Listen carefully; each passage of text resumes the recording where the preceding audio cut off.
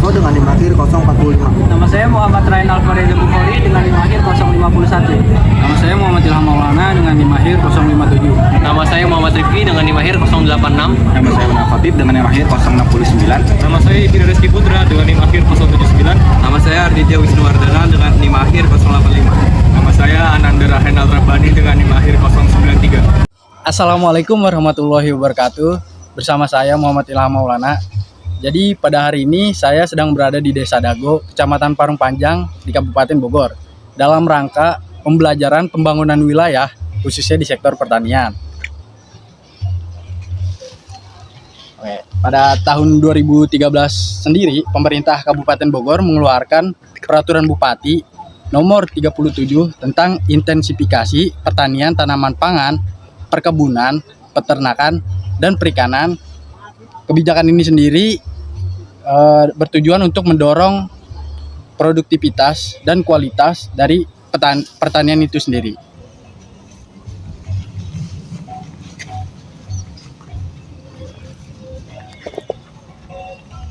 Namun pada tahun 2021, pemerintah Kabupaten Bogor kembali mengeluarkan peraturan Bupati dengan peraturan Bupati nomor 69. Peraturan ini membawa perubahan dan penyesuaian baru khususnya di sektor pertanian di Kabupaten Bogor. Nah, dari dua kebijakan tersebut muncullah pertanyaan-pertanyaan dari kami. Apakah para petani merasakan efek atau dampak dari kebijakan tersebut, dan apakah mereka sama ini memiliki saran-saran lain untuk membangun pertanian khususnya di Desa Dago, Kabupaten Bogor ini?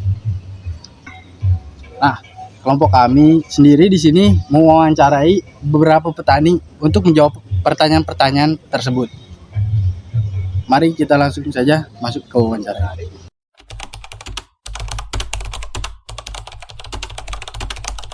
Di sini tuh tanaman utama yang ditanam di lahan ini tuh apa sih, Pak? Ya kalau di sawah gini mah padi. Padi. Ya, itu. Kebanyakan berarti di sini padi ya? Iya, padi di sini mah. Kalau tanah-tanah kering ya memang kalau musim hujan yang kebun gitu, tanaman kacang, timun gitu. Kalau kayak timun gini sama dari ini juga, pertanian ini juga. Sama. Oh, berarti hitungannya ya dia tidak hanya padi doang dong. Bisa Iya. ada timun apa ada yang lain juga? Ada yang lain gitu. Tapi Memang itu hitungannya tuh musiman kah, apa emang setiap saat ya padi sama timun, atau misalkan musim ini tuh padi dulu, ntar musim ini timun gantian? Ini sekarang kan begini pikiran saya. Ini sekarang sekali lagi nih ngomong timun, mau disawin lagi. Ntar kalau udah panen lagi, padi juga, ntar mau timun lagi gitu, mau diselang-selang gitu. Ya, hitungannya ganti-gantian Iya, lah. ganti-gantian gitu. Ya.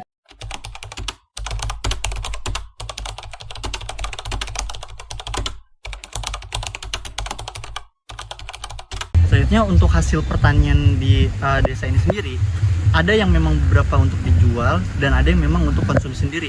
Contohnya itu untuk hasil padi yang ditanam oleh perorangan. Itu rata-rata di desa ini hasil padi itu sendiri tidak ada yang dijual, sepenuhnya itu untuk kebutuhan pribadi. Dan untuk timun suri sendiri itu hampir semuanya, bahkan 100% itu dijual untuk dijual ke pasar, yang dimana nanti mereka penjualan sepenuhnya itu diambil oleh tengkulak yang datang ke desa ini. Dan untuk tanah yang dipegang oleh PT itu memang ada beberapa yang dijual ke pasar dan ada yang diambil untuk kebutuhan pribadi. Sekian. Saya akan melanjutkan lagi. Dan untuk harganya timun sendiri, untuk ketika sedang cuaca tidak buruk, harga timun itu bisa menyentuh 5. Dan untuk pupuknya sendiri, saya akan menjelaskan terkait pupuknya. Jadi sebenarnya ada dua pupuk yang digunakan oleh para petani yang di daerah sini, di tepatnya Desa Dago. Yaitu yang pertama ada pupuk urea dan pupuk dari kotoran peternakan.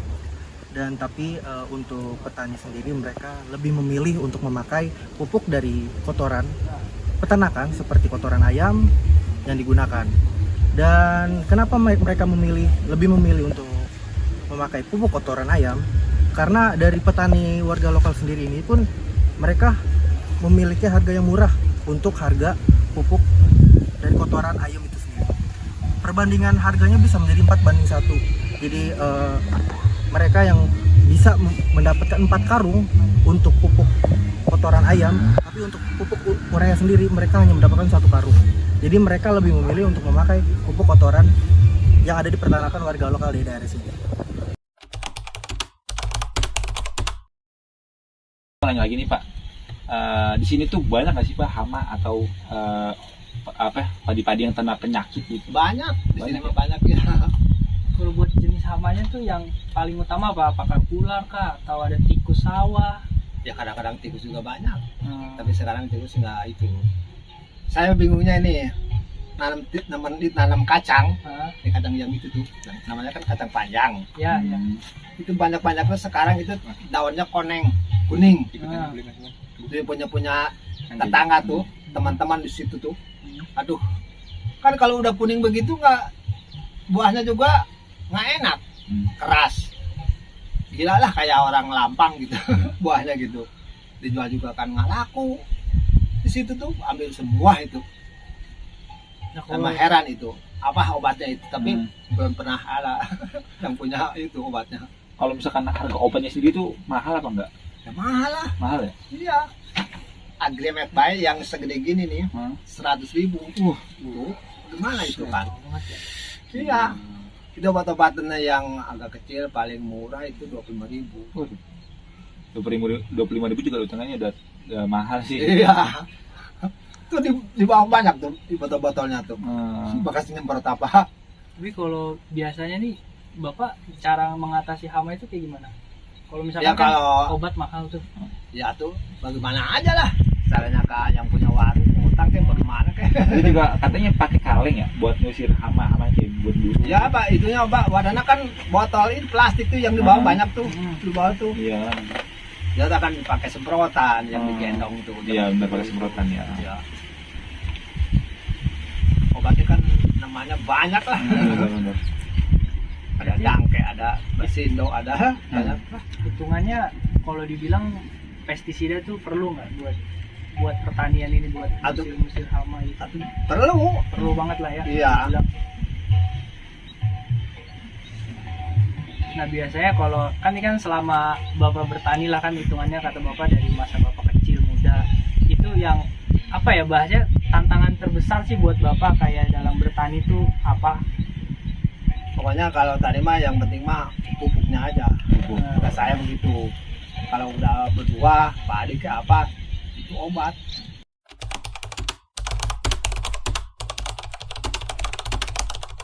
Yang turun di situ kan di situ ada pintu air. Yang ada besinya di atas tuh. Kelihatan dulu lah pokoknya kalau jalan kan ada di situ pintu air namanya. Iya. Dari situ airnya turunnya. Dari situ ya. Iya. Itu mengairinya itu bisa kena semuanya gitu seluruhnya atau gimana? Enggak, cuman ini doang tuh ke situ tuh yang kena. Kalau kasih ini kan enggak. Oh iya ya. Cuma yang di bawah doang, aja kan atas. Iya ya. Kalau belah sini kan kalau musim hujan kalau banjir bisa. Belah Bisa, sana ya. kan dari pohon jati itu kan ada. Itu kan kalau kering kan nggak kerendam, Nggak kerendam, jadi ya. kering, jadi luhur gitu atunya. Nggak ituan. Kalau situ kan bawah. Oh iya. Saya mah belum pernah kekeringan ini mah. Belum pernah ya. Belum. Soalnya air di situ di danau itu. Saya kan pernah melihat di suatu video YouTube gitu-gitu. Jadi kayak ada sistem irigasi otomatis, terus di tengah-tengah sawah tuh nanti kayak ada air yang keluar gitu, segala macam gitu. Jadinya saya penasaran sama di desa ini gitu Pak. Nah, mungkin ini pertanyaan terakhir ya Pak. Jadi kan tadi saya udah dengerin semua semua respon dari Bapak. Terus misalkan di suatu saat pemerintah pusat atau pemerintah desa sudah menyadari bagaimana kondisi masyarakat di desa atau masyarakat petani itu dalam bekerja. Nah, misalkan pemerintah desa atau pemerintah pusat itu coba untuk ngebantu, coba untuk ngasih solusi untuk masyarakat petani, masyarakat desa dalam mengelola petani. Nah, Tapi kan pemerintah desa atau pemerintah pusat sendiri kan pemerintah desa sama pemerintah pusat sendiri kan nggak tahu gimana jelasnya gitu, nggak tahu gimana detailnya. Nah, boleh nggak mungkin Bapak sampaikan gitu, yang menurut Bapak itu bakalan berpengaruh baik banget buat Bapak gitu, untuk pemerintah kayak solusinya gitu. Apa yang Bapak butuhin mungkin dari segi kesehatan mungkin, atau dari teknologi, peralatan-peralatan yang memadai untuk membantu jalannya lebih gampang gitu dalam panen lah, atau obat-obat semakin murah atau segala macam, mungkin Bapak boleh sampaikan. Semua yang ada Bapak, menurut Bapak itu bagus gitu untuk masyarakat kami. Memang saya juga bingung di sini ya, kalau ini aneh kata saya itu kak ada kalau pertama ada tanggapi ya, saya marura langsung marura dari itu terus saya juga bingung, udah aja pembangunan mau dikasih kayak enggak isu udah per itu teman-teman gitu. Iya, kolektor aja tuh kolektor. Kalau dari pemerintah, buat orang yang tani dipegang sama Madura sekarang. Ada kolektor. Iya. Paling bisa yang make, yang kerja di desa, Jaro, RT, Hangsip gitu. Kalau yang petani. Enggak nyampe ke petani. Enggak. Ada kolektor itu. Ditahan di sana semua ya? Iya, ditahan di situ. Di Madura. Terus saya mah bingung gitu, mau lapor apa juga bingung. Iya, tapi nggak ditawar itu bagaimana tuh? Ya. Yang ada juga kolektor buat tani nggak dikasih.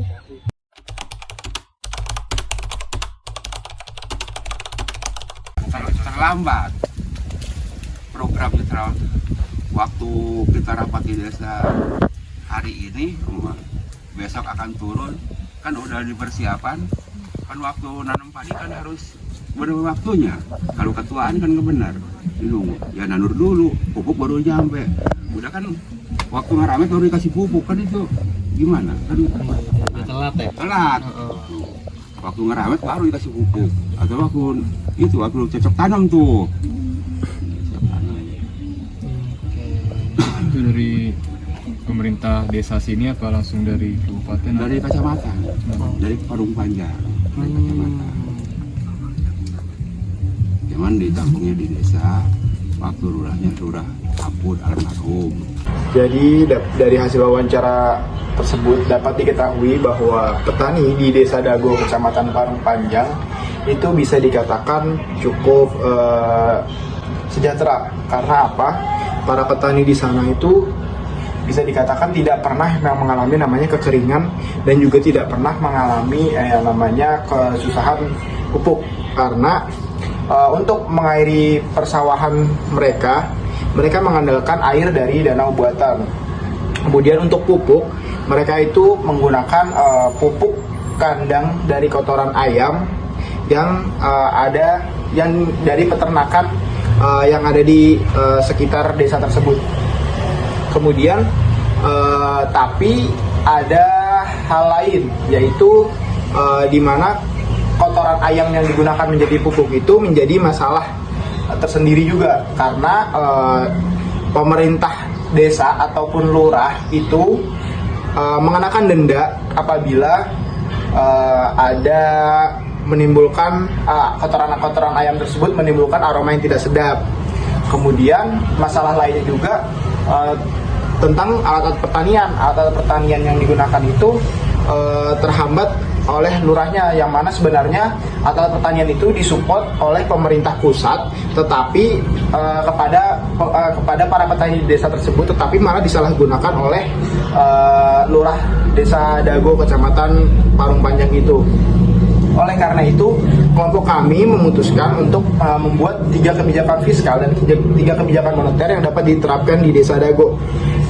Kebijakan fiskal yang pertama yaitu ada penghapusan denda atas penggunaan pupuk kotoran ayam. Pemerintah desa seharusnya dapat menghapus denda yang dibebankan kepada petani, karena para petani ini menggunakan kotoran ayam sebagai pupuk. Sebenarnya penggunaan kotoran sebagai pupuk ini juga merupakan hal yang penting, karena dia akan menjaga kesuburan tanah. Kemudian kebijakan fiskal yang kedua itu ada penyediaan subsidi penyediaan subsidi pupuk organik dan kimia yang ramah lingkungan. Subsidi ini bertujuan untuk membantu petani mendapatkan pupuk kimia ataupun pupuk organik yang ramah lingkungan dengan harga yang lebih terjangkau, sehingga mereka nantinya tidak akan ketergantungan dengan penggunaan kotoran ayam sebagai pupuk. Kemudian yang terakhir itu ada investasi infrastruktur dan peralatan pertanian untuk kepentingan bersama. Pemerintah desa ataupun kabupaten sebenarnya dapat mengalokasikan anggaran yang digunakan untuk membeli alat pertanian, yang mana alat pertanian ini nantinya digunakan secara kolektif, bukan untuk kepentingan pribadi. Untuk kebijakan moneter yang pertama itu ada subsidi bunga kredit untuk pembelian pupuk dan obat-obatan pertanian. Pemerintah dapat bekerja sama dengan bank lokal untuk memberikan subsidi bunga kredit bagi para petani yang ingin membeli pupuk komersial ataupun obat-obatan pertanian. Dengan bunga yang lebih rendah, petani akan lebih mudah mengakses dana dan mengurangi ketergantungan pada pupuk dari kotoran ayam tersebut. Kemudian kebijakan moneter yang kedua itu ada kredit usaha pertanian dengan suku bunga rendah. Melalui kebijakan moneter, Bank Sentral dapat menyediakan kredit khusus bagi petani dengan suku bunga rendah untuk mendukung investasi dalam alat-alat pertanian. Kredit ini